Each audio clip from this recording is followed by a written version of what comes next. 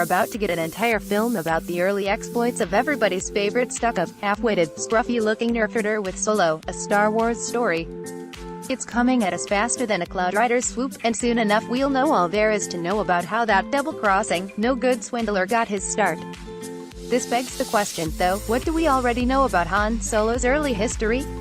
Though Han's backstory was much more fleshed out in the old expanded universe, those stories are no longer considered canon. Even within those stories, details about his early life were varied and contradictory. Was he raised by Wookiees or not, is only one example. In one of these stories from the old days, Leia Organa remarked on Han's past, saying, "What you see is absolutely what you get." His past is a mystery, yes. He's never said much and I doubt he ever will. What do we know about his early days that is actually canon? Honestly, not much. From a certain point of view. I never made a deal with Kanji Club, so hear me out. Though most of the new film is going to deal with Han's early life, we do have some details, all of them a part of the new canon, that may give us an idea of what we can expect.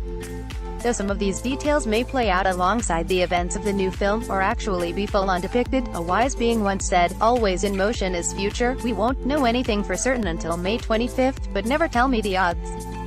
Here's what we know. Mean streets of Corellia. When Han talks about outrunning those big Corellian ships in Star Wars, A New Hope, he's talking about Imperial Star Destroyers.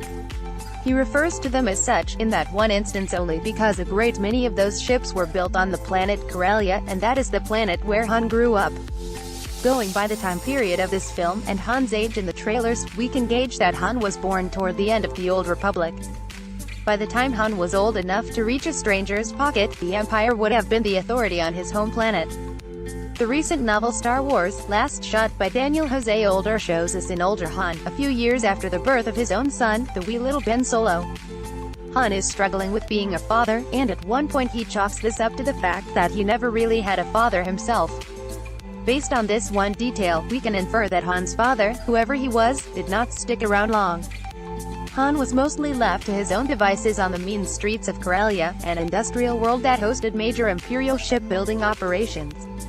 Because of these circumstances, Han learned to fend for himself at an early age. Despite his last name, growing up on Corellia was not an solo experience. His partner in mischief on the streets was a girl named Kyra, who will be played by Emilia Clarke in the new film. Han and Kyra were kids together, and they helped each other to survive. She may not be Han's longest friend, that would be Chewie, naturally, but she is the character that knew him first. As she says in one of the trailers, she's the only one who knows what he really is. Whatever her role in the movie ultimately turns out to be, she will be a constant reminder to Han of his early life on Corellia, growing up under the glow of those Star Destroyers under construction. She knows what lies underneath all of the bluster and bravado, and she likely knows him well enough to be able to call him out on his cark and crick when the occasion calls for it. Something else that is a part of Han's early history? This right here, dice to see if this gold-colored pair of dice looks familiar. It's because we just saw them in Star Wars, The Last Jedi. Luke takes them out of the cockpit of the Millennium Falcon and astrally projects them, along with himself, to the planet Crate. He places this physical symbol of Han in Leia's hands, before telling her that no one's ever really gone. Were those dice just invented for The Last Jedi? Not at all. They can be seen in a pair of cockpit shots in A New Hope. They are most apparent in our first ever visit to the cockpit, actually, as Chewie brushes them with his head before he takes his co-pilot position.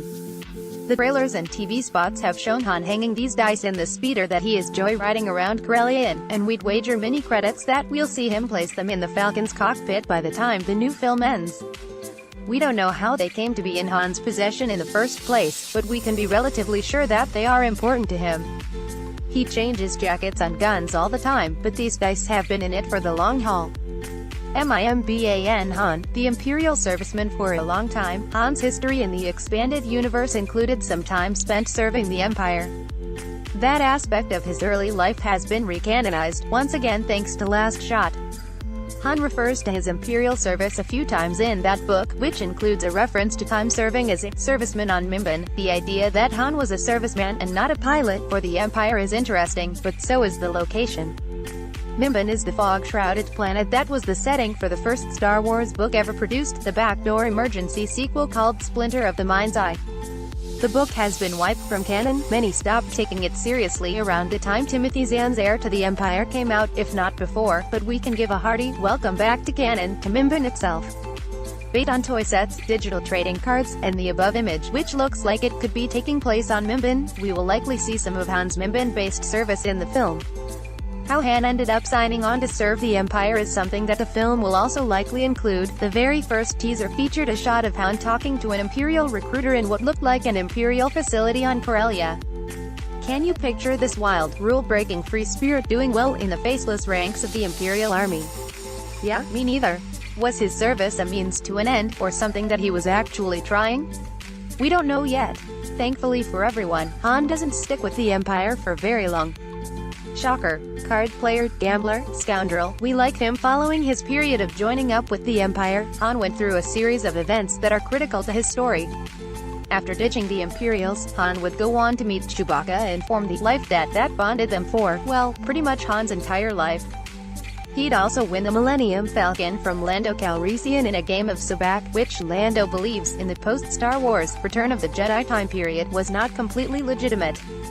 As the owner of the ship, Han made some changes. In Last Shot, he talks about how he converted it into a stuffed-up home, and less of some maniac's cape museum. This is also the period in which Han makes the famous Kessel Run. In less than 12 parsecs, and though there has been some debate about whether Han was actually piloting the ship when it made this run, he only ever boasted about the ship doing it. Last Shot cleared it up once and for all. When the ship accomplished this feat, Han was definitely behind the spaceship steering apparatus. I don't know if it's actually called the wheel, so let's just say he was the pilot. Meeting Chewie and winning the Falcon are locked in for the new movie, and the Kessel Run is very likely. Something drastic changes the outer appearance of the ship between this film and the rest of the saga, so making the Kessel Run at a legendary speed could have something to do with it.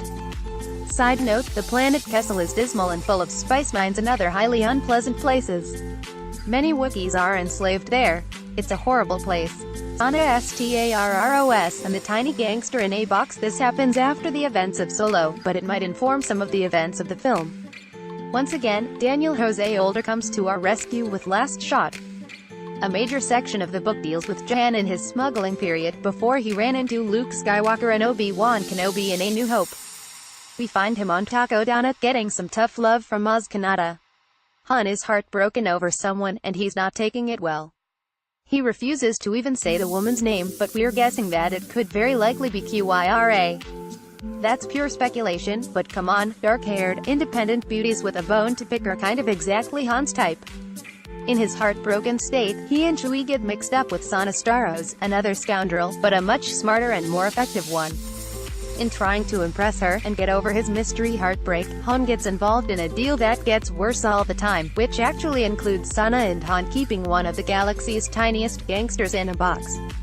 Their mission also includes staking out a space diner, where Han witnesses an Imperial eating cabbage and threatening to close the place down because his pot pie has not been served to him on time. Han barely takes this in because he's droning on and on to Chewie about his love life. Chewie's a good friend and just sits there, waiting for it to be over. Sana's scheme doesn't work out, and though she acts like she's done with Han, we know that she isn't. They would soon attempt another ruse together, and this one involved them pretending to be married. It's real enough marriage that Sana even refers to herself as Sana Solo when she pops up on Marvel's new, in-canon, line of Star Wars comics, telling Leia Organa of the story. Han may have had feelings for Kyra and Sana, but by the time Sana hits the scene in that comic, Han had already met Leia, and she's as true a destiny for him as he's ever had. When did Han get in trouble with Jabba? Probably sometime around the marriage scam with Sana.